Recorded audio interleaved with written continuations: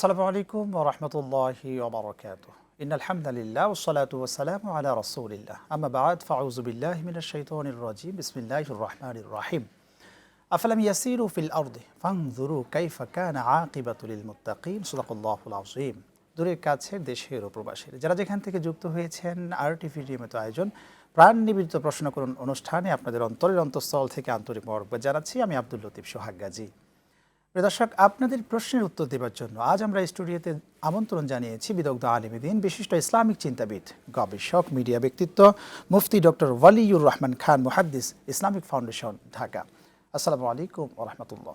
ওয়ালাইকুম আসসালাম ওয়া রাহমাতুল্লাহি ওয়া বারাকাতুহু। ওস্তাদ, আপনি কেমন আছেন? আলহামদুলিল্লাহ ভালো, আপনি কেমন আছেন? আলহামদুলিল্লাহ, আল্লাহ সুবহানাহু ওয়া তাআলা আমাদের ভালো রেখেছেন।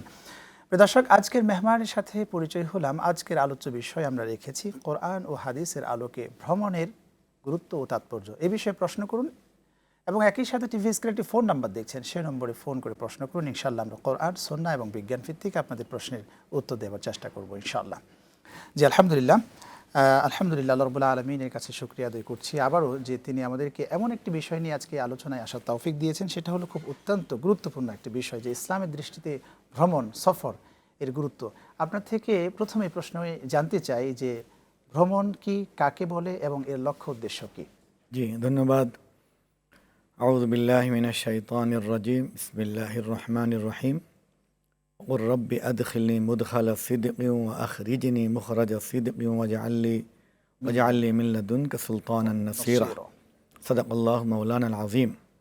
ক্বালা রাসূলুল্লাহ সাল্লাল্লাহু আলাইহি ওয়াসাল্লাম সাফিরু তাসিহু ইলা আখিরিল হাদিস আও কামা ক্বালা আলাইহিস সালাতু ওয়াসসালাম। আল্লাহ তাআলা কুরআনুল কারীমের অনেকগুলো আয়াতেই মানুষকে ভ্রমণ করার জন্য বলেছেন এবং ভ্রমণের মৌলিক 2-3টি উদ্দেশ্য তিনি বলেছেন। কম আয়াতগুলিতে বলেছেন যে ভ্রমণ করে আল্লাহর নিয়ামত রাজি এবং মুত্তাকিন ভালো মানুষদের ইতিহাস জানো। আর বেশিরভাগ আয়াতে বলেছেন যে সিরু ফিল আরদি ফানজুরু কাইফা কানা আকিবাতুল মুকাজ্জিবিন। মানে যারা অবিশ্বাসী, ইসলাম এবং রাসূলকে বা সমকালীন রাসূলকে অগ্রাহ্য করেছে, উপেক্ষা করেছে, মিথ্যা প্রতিপন্ন করেছে, তাদের পরিণতি গিয়ে দেখো। তো এটি একটি উদ্দেশ্য। আরেকটা হলো যে ভ্রমণ করলে মানুষের আপনার অভিজ্ঞতা বাড়ে এবং তার দৈহিক, শারীরিক একটা বিকাশ ঘটে, মানসিক দক্ষতা, মানসিক তার শক্তি বৃদ্ধি পায়, তার ক্লান্তি শ্রান্তি দূর হয়, বিভিন্ন ধরনের নাজ নিয়ামত দেখেন। আর তৃতীয় হলো যে ব্যবসা বাণিজ্য ইত্যাদিতে তার সাফল্য আসে, সেখানে প্রবৃদ্ধি আসে। তাহলে মৌলিকভাবে এই 3 ভাগে ভাগ করলাম। এখন অভিজ্ঞতার যে বিষয়টা, সেখানে হলো জ্ঞান অর্জন হয়। বিশাল একটা সুযোগ হলো মানুষের, ছাত্র হোক, গবেষক হোক, ঐতিহাসিক হোক, তার জ্ঞান বৃদ্ধি হবেই। এখন আপনার প্রশ্ন ছিল যে ভ্রমণ কাকে বলে। ভ্রমণকে আমরা মোটামুটি 2 ভাগে বিভক্ত করতে পারি। একটা হলো মানে আল্লাহ এবং রাসূলের আনুগত্য বা ইবাদতের উদ্দেশ্যে কতগুলি ভ্রমণ, অর্থাৎ এটা ইসলামী ভ্রমণ বা দ্বীনি উদ্দেশ্যে ধর্মীয় কাজে ভ্রমণ। আরেকটা ভ্রমণ হলো যে শুধু ধর্মীয় বা নিছক ইবাদতের জন্য নয়, এই জ্ঞান অর্জনের জন্যে, অভিজ্ঞতা অর্জনের জন্যে, আত্মীয়তা রক্ষার জন্যে, অথবা প্রকৃতি দেখার জন্য, পৃথিবী দেখার জন্য, সৌন্দর্য দেখার জন্য ভ্রমণ, তারপরে ব্যবসা বাণিজ্যের জন্য। এই 2 ভাগে বিভক্ত করা হলো। এখন যেখানে আপনার ভ্রমণকে শুনবো, একজন দর্শক আছেন। এভাবে ভরপুর বেঁচে থাকাটাই জীবন, আর জীবনের স্বাদের অনিবার্য সঙ্গী প্রাণ। আসসালামু আলাইকুম। প্রিয় দর্শক, নাম বলে প্রশ্ন করুন। আসসালামু আলাইকুম। ওয়ালাইকুম আসসালাম, শুনছি আপনাকে, প্রশ্ন করুন। আমি একটা প্রশ্ন করি। প্রশ্নটা হলো যে নামাজের ভিতরে সালাম ফিরানোর আগে কুরআনুল কারীমের যে বিভিন্ন দোয়াগুলা আছে, যেগুলো আমরা মুনাজাতের ভিতরে করে থাকি, এই দোয়াগুলো কি সালাম ফিরানোর আগে করা যাবে? ওকে, আপনি থাকুন আমাদের সাথে। আমরা যখন সালাতে, ওস্তাদ আপনি এর সঙ্গে প্রশ্নটা শুনেছেন যে দোয়াগুলো সম্পর্কে উনি জানতে চেয়েছেন। যে সালাতের ভিতরে যে দোয়া, সেগুলিকে নির্ধারণ করা হয়েছে। যেমন আত্তাহিয়াতু এটা হলো ওয়াজিব, এরপরে দরুদ যেটা আল্লাহুম্মা সাল্লি আলা মুহাম্মদ, দোয়া মাসুরা আল্লাহুম্মা ইন্নী যালামতু নাফসি যুলমান কাসীরা, এই স্থানে অন্য দোয়াও আল্লাহ রাসূল পড়েছেন, সাহাবায়ে কেরাম বিভিন্ন পড়েছেন, কিন্তু বেশিরভাগ সময়ে এটি পড়েছেন বলে এটা এখন বিধিবদ্ধ হয়েছে আমাদের সমাজে। তো এই দোয়াগুলি সালামের আগে পড়া এটাই উচিত। আর যেগুলো সালাম ফেরানোর পর আল্লাহ রাসূলও পড়েছেন, সাহাবায়ে কেরামও পড়েছেন এবং আমাদের সালফে সালেহিন ভালো মানুষেরা পড়েছেন, সেগুলিকে বলা হয়েছে আজকার, জিকির। বোন যে প্রশ্নটি করলেন, মনে হচ্ছে যে নামাজের শেষে যে দোয়াগুলো সেগুলি আমরা সালামের আগে পড়ব কিনা। সালামের আগের যে দুটি বললাম, এই দুটি স্থলে যা নির্ধারিত তাই পড়া হবে, এর বেশি পড়া উচিত হবে না। সালাম ফেরানোর পর সেগুলি জিকির বলা হয়েছে, সেখানে কিছু দোয়াও আছে। তো আজকার হিসাবে লা ইলাহা ইল্লাল্লাহু ওয়াহদাহু লা শারীকা লাহ, তারপরে প্রথমে আস্তাগফিরুল্লাহ আস্তাগফিরুল্লাহ আস্তাগফিরুল্লাহ, তারপরে আল্লাহুম্মা ইন্নী আলা যিকরিকা ওয়া শুকরিকা ওয়া হুসনি ইবাদাতিক, রব্বানা আতিনা ফিদ দুনিয়া হাসানা ওয়া ফিল আখিরাতি হাসানা ওয়া কিনা আযাবান নার। তারপরে আছে আল্লাহুম্মা আনতাস সালাম ওয়া মিনকাস সালাম, এগুলি আল্লাহ রাসূল পড়েছেন। তারপর দোয়ার মধ্যে উল্লেখযোগ্য হলো আয়াতুল কুরসি পড়া, এই ব্যাপারে সহিহ হাদিস আছে। তারপর উল্লেখযোগ্য হলো যে প্রত্যেক নামাজের পর একবার সূরা ইখলাস, একবার সূরা ফালাক, একবার সূরা নাস পড়া, আর ফজর এবং মাগরিবে এই সূরাগুলি ৩ বার করে পড়া। তারপর সুবহানাল্লাহ 33 বার, আলহামদুলিল্লাহ 33 বার, আল্লাহু আকবার 34 বার, অথবা 33 বার পরে লা ইলাহা ইল্লাল্লাহ একবার। এগুলো সবগুলি নামাজের পরে পড়া উত্তম। খুব চমৎকার আপনি বলছিলেন। যে আলোচনায় আমরা ছিলাম যে ভ্রমণের লক্ষ্য উদ্দেশ্য কী হতে পারে, আমি এখানে আরেকটা প্রশ্ন জেনে নিতে চাই যে অনেকের অর্থ সম্পদ রয়েছে ওস্তাদ, এরপরেও কিন্তু সে ভ্রমণে বের হতে চায় না, সে শুধু মক্কা মদিনায় হজ করে আসেন, ওমরা করে আসেন, কিন্তু রব্বে কারিম যে বলছেন আফালাম ইয়াসিরু ফিল আরদ, তোমরা পৃথিবী ভ্রমণ করো, এটা কিন্তু একটি ইবাদত, কোরআনের একটি নির্দেশনা রয়েছে। অর্থ সামর্থ্য থাকা সত্ত্বেও যদি না বের হয়, সেই ক্ষেত্রে ইসলামের নির্দেশনা কি বলে? আসলে এখানে তো আদেশটা আমরুল ইস্তেহবাব। আচ্ছা, মক্কা মদিনার যে সফর বা হজ, এটার তো হুকুম হলো হজ জীবনে একবার সামর্থ্যবান হলে করা ফরজ, তারপরে একটি ওমরা জীবনে একবার করা সুন্নতে মুআক্কাদা। এগুলো তো মুসলমান মাত্রই সামর্থ্য থাকলে করতেই হবে, না হলে শাস্তি হবে। আর এমনি জ্ঞান অর্জনের জন্য যে ভ্রমণ, সেটা তো আপনি কোনো ক্ষেত্রে মুস্তাহাব, কোনো ক্ষেত্রে মুবাহ। তো এটি যে সামগ্রিক জ্ঞান অর্জনটা কিন্তু ফরজ। আর জ্ঞান অর্জনের জন্যে সে ঘরেও পড়তে পারে, পার্শ্ববর্তী এলাকাও পড়তে পারে, দূরে গিয়েও আনে, সেজন্যে ভ্রমণ করাটার প্রয়োজন আছে। আচ্ছা, এখন ওই যেটা হলো যে সীমাবদ্ধ করে ফেলেছে, যে বারবার শুধু হারামাইন শরীফাইন যাচ্ছে, মক্কা মদিনা যাচ্ছে, এই ব্যক্তির জন্য উপদেশ হলো যে তিনি যদি তার সামর্থ্য থাকে এবং সময় থাকে, তিনি ইসলামী ইতিহাস সমৃদ্ধ যে দেশগুলো, অন্যান্য আম্বিয়া কেরামের স্মৃতিগুলো, তারপরে তাদের দাওয়াত অমান্য করার কারণে সেই সময়কার মানুষদের, শাসকদের যে পরিণতি, শাস্তি, সেগুলিও তিনি দেখবেন। কারণ দেখলে তার ঈমান বৃদ্ধি পাবে। তিনি ফেরাউনের পরিণতি, ফেরাউনের পতন, ধ্বংস দেখে যে অনুভূতি লাভ করবেন, সেটা তো তিনি উহুদ পাহাড়ে গিয়ে পাবেন না। উহুদের পাহাড়ে একটা মেসেজ তিনি পাবেন, এইভাবে বদরে গিয়ে একটা মেসেজ পাবেন। কিন্তু তিনি যদি ইরাকে যান, সেখানে নবী রাসূলদের স্মৃতি আছে। উনি যদি জুদি পাহাড়ে যান, তাহলে সেখানে হযরত নূহ আলাইহিস সালামের অবাধ্য জাতির যে পরিণতি হয়েছিল, সেটা তিনি জানবেন। সেভাবে তিনি শাম দেশ, মানে যেটা বর্তমান জর্ডান এবং ফিলিস্তিন, সিরিয়া, লেবানন ইত্যাদি মিলিয়ে যে বিশাল এক ভূখণ্ড, সেখানে গেলে শত শত নবীর, লক্ষ লক্ষ সালফে সালিহিন, সেখান থেকে আমাদের অনেক কিছু জানার বিষয় রয়েছে। ওস্তাদ, অনেকে আমাদের অনলাইন থেকেও প্রশ্ন করেছেন। একজন ভাই জানতে চেয়েছেন যে হজ সংক্রান্ত একটা প্রশ্ন, তার পরিবারের একজন সদস্য, তার সামর্থ্য আছে, অর্থ আছে, এরপরেও মানে তার হজে যাওয়ার যে একটা ক্যাপাবলের বিষয় রয়েছে, সেই বিষয়ে একজন দর্শক আছেন, দর্শকের ফোনটা নিয়ে তারপরে আপনার কাছে আসতেছে। দর্শক, আসসালামু আলাইকুম, নাম বলে প্রশ্ন করুন। আসসালামু আলাইকুম। হ্যাঁ, শুনছি। জি, আমার একটা কোশ্চেন, সেটা হচ্ছে আমরা যে জাকাত দেই, এখন আমরা যে গোল্ডটা ব্যবহার করি সব সময়, সেটার উপর জাকাত দিতে হবে? কেউ বলেছে যে ব্যবহৃত গোল্ডের উপর জাকাত দিতে হয় না। আমি যেটুকু জানি সমস্ত গোল্ডের উপর জাকাত দিতে হবে। আমার ক্লিয়ার করা দরকার যে ব্যবহৃত জিনিসের উপর জাকাত দিতে হবে কিনা। ওকে, আপনি থাকুন আমাদের সাথে, আপনার প্রশ্নের উত্তরেই যাব, এরপরে অনলাইন থেকে যে প্রশ্নটা এসছে সেই প্রশ্নের উত্তরে যাব ইনশাআল্লাহ। ব্যবহৃত যে জাকাতের বিষয়টা, জাকাতের ব্যাপারে কথা হলো যে মালিকানায় সম্পদ থাকলেই জাকাত দিতে হবে। আর সম্পদের মধ্যে স্বর্ণ, রূপা, নগদ অর্থ, ব্যবসা পণ্য, এবং তিনি যে গোল্ড ব্যবহার করছেন, হ্যাঁ, তো ব্যবহার করছেন, এটা মালিকানায় আছে। এখন যিনি বলেন যে ব্যবহারের মধ্যে থাকলে হবে না, তাহলে কয় ভরি? বাংলাদেশের আপনি একজন ব্যবহার করছে 10 ভরি, আরেকজন তো মধ্যপ্রাচ্যের একজন তো 50 ভরি, আরেকজন তো সম্রাটের মেয়ে, ছেলে, জামাই, তারা ব্যবহার করছে 100 ভরি, তাহলে কি সে জাকাত দিবে না? এটা একটা আইনের ভাষা না। আইনের ভাষা হলো মালিকানায় থাকলেই হলো। ব্যবহার করুক, সেটা না করুক, বিস্কিট আকারে হোক, অর্নামেন্ট আকারে হোক, মালিকানায় যেদিন আসবে, ঢুকবে, সেদিন থেকে জাকাতের হিসাব শুরু হবে। আরবি বা চান্দ্র মাস অনুযায়ী 1 বছর পূর্ণ হবে। যদি সেটা শাবান মাস হয়, পরবর্তী শাবান, যদি রজব মাসে 1 তারিখ হয়, পরবর্তী রজব মাসের 1 তারিখে এটার জাকাত দিতেই হবে। জি, মাশাআল্লাহ, খুব চমৎকার আপনি আলোচনা করছেন, আপনার কাছে ফিরবো ইনশাআল্লাহ। প্রিয় দর্শক, আপনারা দেখছেন RTVর নিয়মিত আয়োজন প্রাণ নিবেদিত প্রশ্ন করুন অনুষ্ঠান, দেখতে থাকুন, বিরতির পর ফিরে আসছে ইনশাআল্লাহ।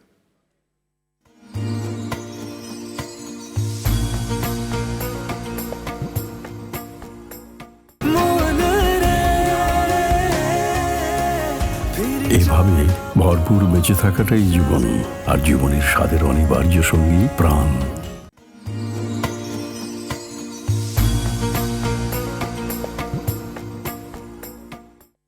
দর্শক, বিরতির পর ফিরে এলাম আপনাদের প্রিয় অনুষ্ঠানে। আপনারা দেখছেন RTV নিয়মিত আয়োজন প্রাণ নিবেদিত প্রশ্ন করুন অনুষ্ঠান। জি, আলহামদুলিল্লাহ উস্তাদ, আমাদের মাঝে অনেকে অনলাইনেও যুক্ত হয় RTV ফেসবুক পেজে সরাসরি সম্প্রচার হওয়ার কারণে। তো অনলাইনে একজন প্রিয় ভাই প্রশ্ন করেছেন, তিনি জানতে চেয়েছেন আমাদের থেকে যে হজে যাবেন, তার হাজব্যান্ড অসুস্থ, একজন বোন তিনি প্রশ্নটা করেছেন, আর তার 3 জন মেয়ে রয়েছেন, মেয়ে 3 জন অবিবাহিত। সেই ক্ষেত্রে তার হাজব্যান্ড তার স্ত্রীকে হজে যাওয়ার অনুমতি দিয়েছেন অর্থ সম্পদ থাকার কারণে, কিন্তু উনি কিভাবে হজে যাবেন, এই প্রক্রিয়াটা কিভাবে ইসলামের দৃষ্টিতে যদি উত্তর চাই। একজন মুসলিম নারীর জন্য হজে যাওয়ার হুকুমটি প্রযোজ্য হবে 3 কারণে। এক হলো তার আর্থিক সামর্থ্য, দৈহিক সুস্থতা সামর্থ্য, আরেকজন তার সঙ্গে এমন পুরুষ যেতে হবে যার সঙ্গে তার বিবাহ হারাম, অর্থাৎ মাহরাম বলা হয় তাকে। তো সেই মাহরাম ছিল 1 নম্বর তার স্বামী।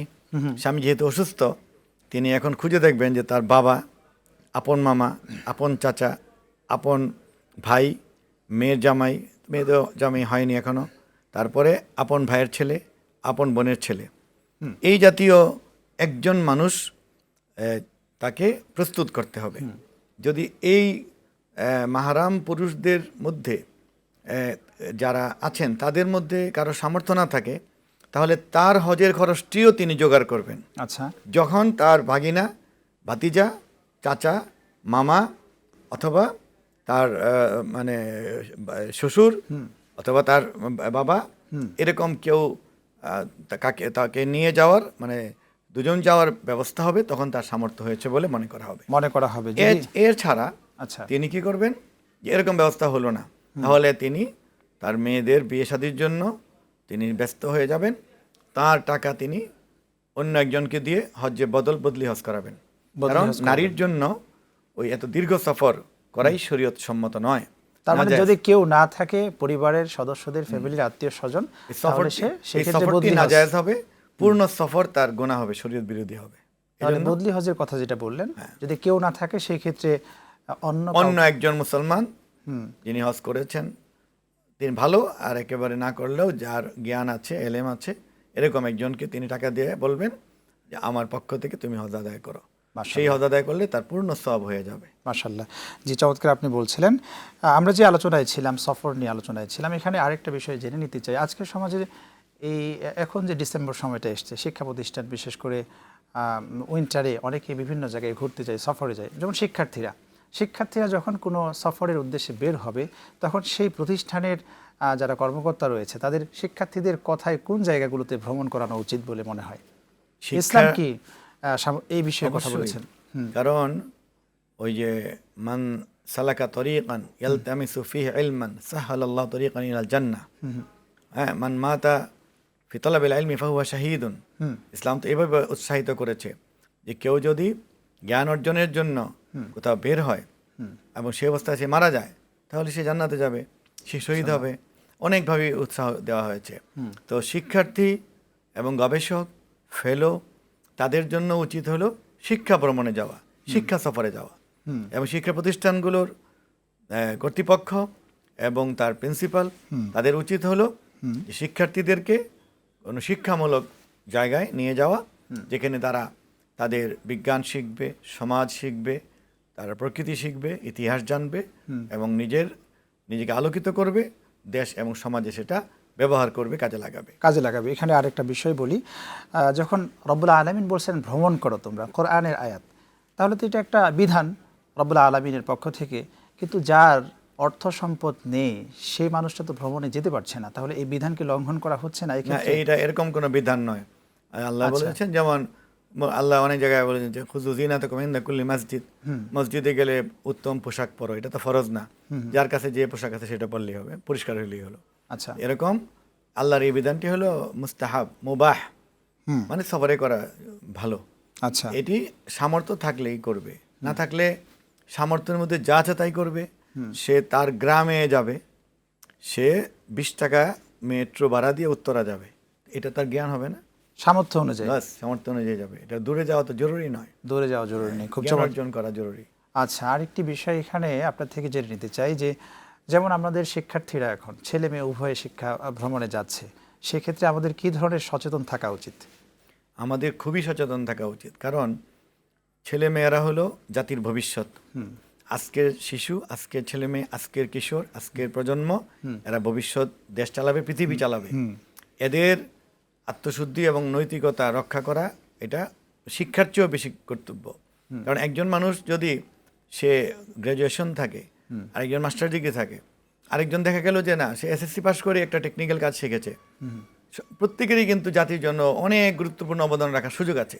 কিন্তু এই 3 জন মানুষকেই যদি নৈতিক শক্তি না থাকে, চারিত্রিক শক্তি না থাকে, তার মধ্যে যদি লোভ লালসা দূর না হয়, তাহলে 3 জনই জাতির জন্য ভয়ঙ্কর হয়ে যাবে। এই জন্য শিক্ষার ক্ষেত্রেও বাবা মার উচিত, শিক্ষকদের উচিত সন্তানদেরকে চরিত্রবান করে গঠন করা, তাদেরকে নৈতিক স্খলন হবে এরকম পরিস্থিতিতে না দেওয়া, তাদের চরিত্রকে হেফাজত করার জন্য যাবতীয় ব্যবস্থা রাখা, এবং তাদেরকে মোরালিটি শিক্ষা দেওয়া, নৈতিকতা শিক্ষা দেওয়া, আখিরাতের শিক্ষা দেওয়া, যেন তারা চরিত্রবান হয়। আজকে পৃথিবীর শুনবো ওস্তাদ, একজন দর্শক আছেন। আসসালামু আলাইকুম, প্রিয় দর্শক, কে আছেন? নাম বলে প্রশ্ন করুন। ওয়ালাইকুম আসসালাম ওয়া রাহমাতুল্লাহি ওয়া বারাকাতুহু। আমার নাম মোমেনা। জি। আমার ভাই মারা গেছেন 2 বছর আগে। আমার ভাইয়ের পরিবারে আমার বড় ভাই এবং বাড়ির পরিবার থেকে খরচ দিচ্ছেন। আমি কি ওই ভাইয়ের বাচ্চা এবং তার ভালো মতো চলার জন্য আমার জায়গাতে টাকাটাকে কি ওনাদেরকে দান করতে পারবো, মানে দিতে পারবো কিনা? ওকে, আপনি থাকুন আমাদের সাথে, আপনার প্রশ্নের উত্তরে যাচ্ছি। ওস্তাদ, আপনি যদি প্রশ্নটা বুঝেছেন।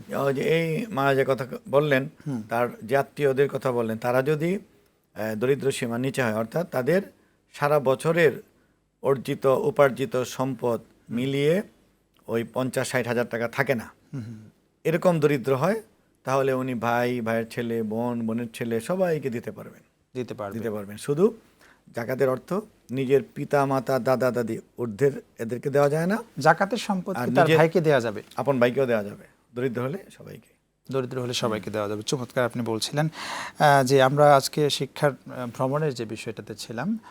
আসবার একজন দর্শক আছে। আসসালামু আলাইকুম, প্রিয় দর্শক, কে আছেন? নাম বলে প্রশ্ন করুন।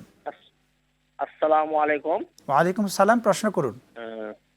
আমি মামুন রেজা বলছি নওগাঁ থেকে। আমার 3টি প্রশ্ন। 1 নম্বর হলো, দিন প্রচারের ক্ষেত্রে সহি পদ্ধতি কোনটি?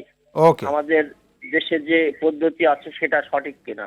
ওকে। আর হলো 2 নম্বর হলো, কোন কোন নেক আমল মিজানের পাল্লায় ভারী হবে? ওকে। আর কোন কোন নফল আমলের মধ্যে সর্বোত্তম নফল আমল ইবাদত কোনটা, মানে আমল কোনটা? আর কোরআন তেলাওয়াত করা না নামাজ পড়া না কোনটা একটু জানতে চাচ্ছি হাদিস। ওকে, আপনি থাকুন আমাদের সাথে, আপনার প্রশ্নের উত্তরগুলোতেই যাচ্ছি। দর্শক জানতে চেয়েছেন যে প্রথম প্রশ্নটা তিনি করেছেন দিন প্রচারের ক্ষেত্রে কিভাবে তিনি দিন প্রচার করবেন। দিন প্রচারের জন্য সুনির্দিষ্ট কোনো বিধান তো আল্লাহ রসুল দিয়ে যাননি। দিন প্রচারটাই একটি বিধান। এটি প্রচার মানুষের কাছে করার জন্য বৈধ এবং শান্তিপূর্ণ যত পন্থা আছে সবই বৈধ। আচ্ছা, সেটা ব্যক্তিগতভাবে হতে পারে, সেটা সামষ্টিকভাবে হতে পারে, সংগঠনের মাধ্যমে হতে পারে, তাবলিগ জামাতের যে পদ্ধতি সেটাও একটা দিন প্রচার। সেটা মিডিয়াতে হতে পারে, লেখালেখিতে হতে পারে, ভাষণে হতে পারে, জুমার খুতবা হতে পারে, শিক্ষা প্রতিষ্ঠান দিয়ে হতে পারে, দাওয়াতের কার্যক্রম দিয়ে হতে পারে, কোনো ক্যাম্পেইন করে হতে পারে। এর কোনো নির্দিষ্ট সীমা নেই। আল্লাহ বলেছেন যে উদউ ইলা সাবিলি রব্বিকা, আল্লাহর বা তোমার রবের পথে আহ্বান করো, বিল হিকমাতি প্রজ্ঞা দ্বারা, ওয়াল মাউইযাতিল হাসানাতি উত্তম উপদেশ দ্বারা। সুতরাং প্রজ্ঞা আর উত্তম উপদেশ যদি স্যাটেলাইটে প্রচার করা যায় সেটার প্রচার। এখানে আরেকটি বিষয় দর্শকের জন্যই আমি জানতে চাচ্ছিলাম যে দিন প্রচারের জন্য কোন গাইড বুকটা অনুসরণ করবে। দিন প্রচারের জন্য মানে মৌলিকভাবে তো আল্লাহ বলে দিয়েছেন, ইয়া আইয়ুহার রাসূল বাল্লিগ মা উনজিলা ইলাইকা মির রাব্বিক ওয়া ইল্লাম তাফআল ফামা বাল্লাগতা রিসালাতা। হে রাসূল, আপনার প্রভুর তরফ থেকে যে কিতাব কোরআন নাজিল হয়েছে এটা প্রচার করুন, তাবলীগ করুন। তো প্রথমত হলো কোরআন, তারপর সুন্নাহ, তারপর ইসলামী আইন, তারপরে সিরাত, তারপরে আখলাক, তারপরে আদাব, সবই প্রচার করবে। ওকে, আরেকটা প্রশ্ন তিনি করেছিলেন যে কোন কোন নেক আমল করলে পরে গিয়ে রব্বে কারিমের কাছে সে সম্মানিত হতে পারবে। সকল নেক আমলেই ওজন হবে। তারপরে হাদিসে সুনির্দিষ্ট যেগুলি বলা হয়েছে, যেমন বুখারীর শেষ হাদিস যে কালিমাতানে হাবিবাতান ইলার রহমান খফিফাতান আল লিসান ও সাকিলাতান ফিল মিজান সুবহানাল্লাহ ওয়া বিহামদি সুবহানাল্লাহিল আযীম, যে দুটি বাক্য যে পড়তে সহজ এবং আল্লাহর কাছে প্রিয় আর ওজনের পাল্লায় ভারী, সুবহানাল্লাহ ওয়া বিহামদি সুবহানাল্লাহিল আযীম। তাহলে বোঝা গেল যে একটি বাক্যও ওজন হবে। তাহলে নামাজ ওজন হবে, দান সদকা ওজন হবে, হজ ওজন হবে, ওমরা ওজন হবে, সততা ওজন হবে, ন্যায় বিচার ওজন হবে, সুশাসন ওজন হবে, সবই ওজন হবে। এরপর যে বিষয়টি যে ছোট ছোট হাদিসে আছে যে একজন পরিচ্ছন্ন থাকার জন্য ডিলাকুলু ব্যবহার করেছে, এটা ওজন হবে। জি, জাযাকাল্লাহ। একজন দর্শক আছেন। জি, প্রিয় দর্শক, আসসালামু আলাইকুম, নাম বলে প্রশ্ন করুন। হ্যাঁ, প্রশ্ন করলাম। আসসালামু আলাইকুম। জি, প্রশ্ন করুন। আসসালামু আলাইকুম। তাহাজ্জুদ নামাজ মাঝে মাঝে বাদ পড়ে, এটা কি একদিন করলে পরের দিন সেটা পড়ে নেওয়া যাবে? ওকে, প্রিয় দর্শক, আপনি থাকুন আমাদের সাথে, আপনার প্রশ্নের উত্তর দেওয়া হবে। প্রিয় দর্শক, আপনারা দেখছেন আর টিভির নিয়মিত আয়োজন প্রাণ নিবেদিত প্রশ্ন করুন অনুষ্ঠান। সময় হয়ে গেল আরও একটি বিরতি নেবার। আমাদের সঙ্গেই থাকুন, ফিরছি একটু পরে ইনশাআল্লাহ।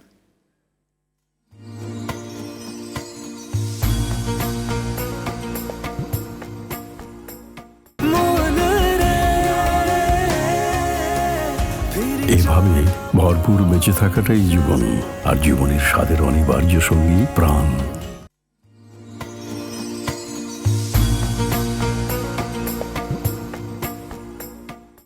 প্রিয় দর্শক, বিরতির পর ফিরে এলাম আপনাদের প্রিয় অনুষ্ঠানে। আপনারা দেখছেন আর টিভির নিয়মিত আয়োজন প্রাণ নিবেদিত প্রশ্ন করুন অনুষ্ঠান। জি, আলহামদুলিল্লাহ, আমরা যে আলোচনায় ছিলাম, একজন দর্শক আমাদের থেকে বিরতির পূর্বে ফোন করে জানতে চেয়েছেন যে তাহাজ্জুদের সালাত কাজা হলে করণীয় কি। নিঃসন্দেহে এই মানুষটি আলহামদুলিল্লাহ নিয়মিতই তাহাজ্জুদ সালাতের সাথে রয়েছেন, এই প্রশ্নের মাধ্যমে বোঝা যাচ্ছে।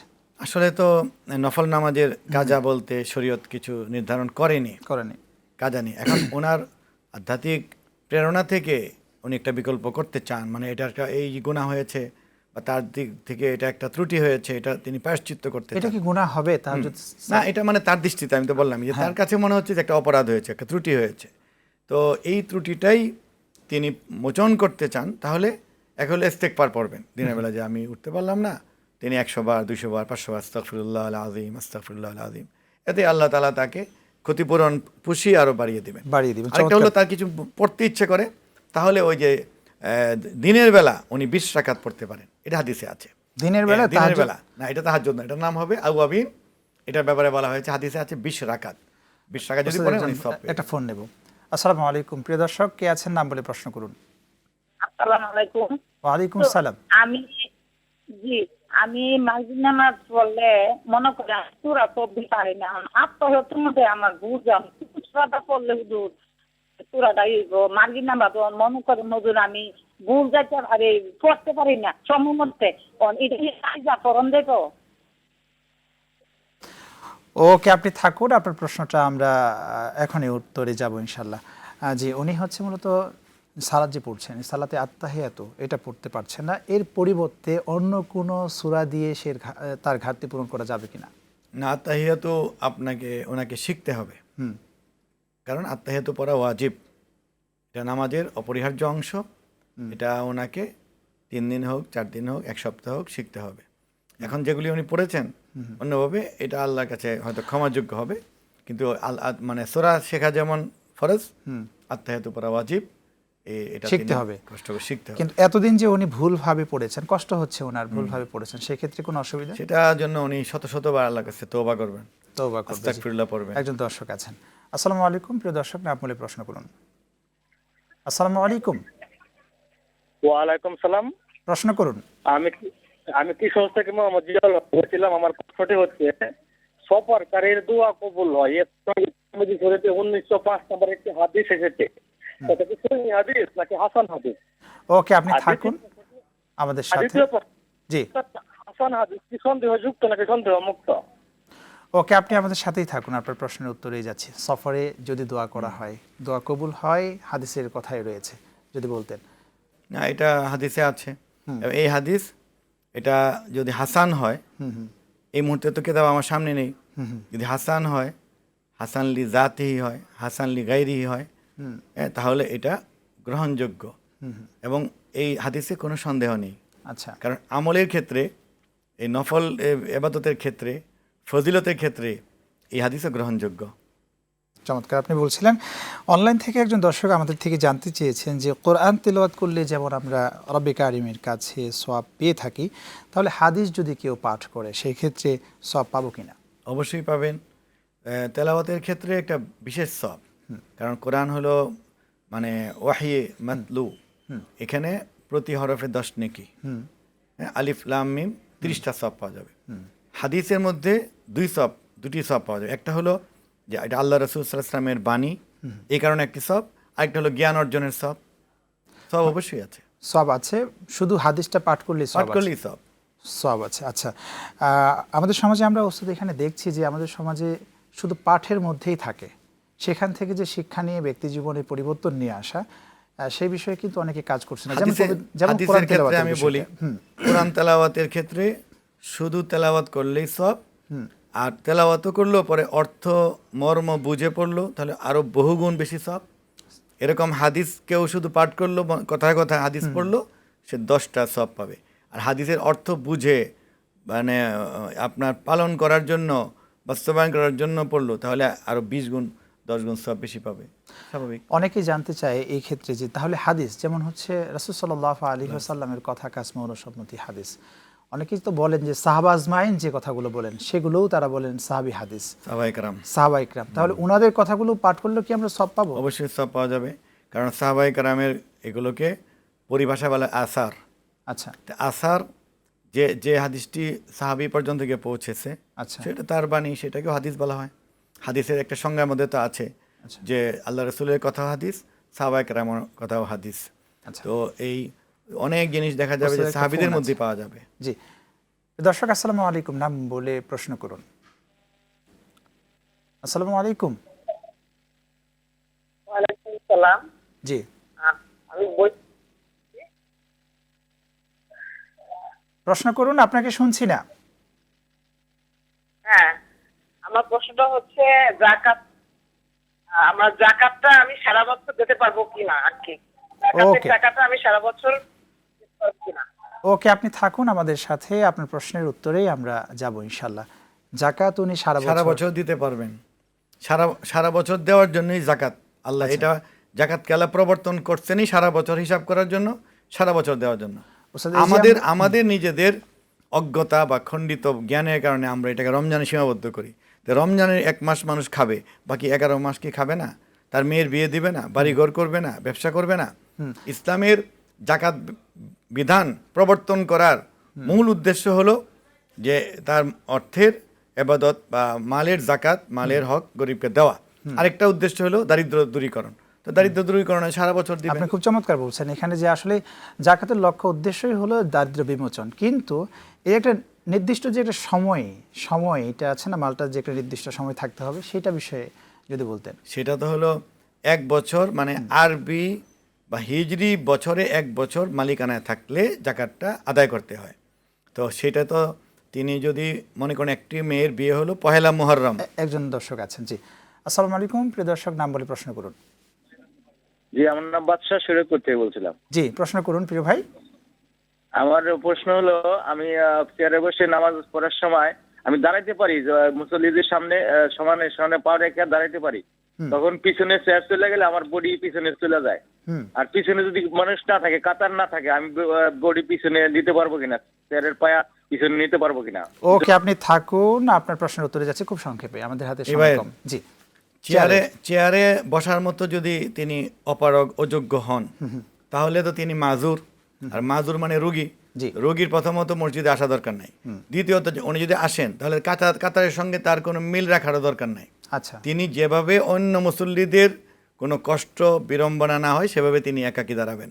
সেখানে আগে হোক পেছনে হোক, সর্বদাই তিনি শেষে দাঁড়াবেন। এমনকি তিনি কাতারেও দাঁড়ানো দরকার নেই, যদি উনি আলাদা দাঁড়ালেও তার নামাজ যেভাবে হয় তাই হয়। ওকে, জাযাকুমুল্লাহু খাইর, খুব চমৎকার আপনি আলোচনায় ছিলেন। প্রিয় দর্শক, আপনারা দেখলেন RTVর নিয়মিত আয়োজন প্রাণ নিবেদিত প্রশ্ন করুন অনুষ্ঠান আজ এই পর্যন্ত। আগামী পর্ব দেখার আমন্ত্রণ জানিয়ে বিদায় নিচ্ছি। সকলকে আল্লাহ রাব্বুল আলামিন ভালো রাখুন।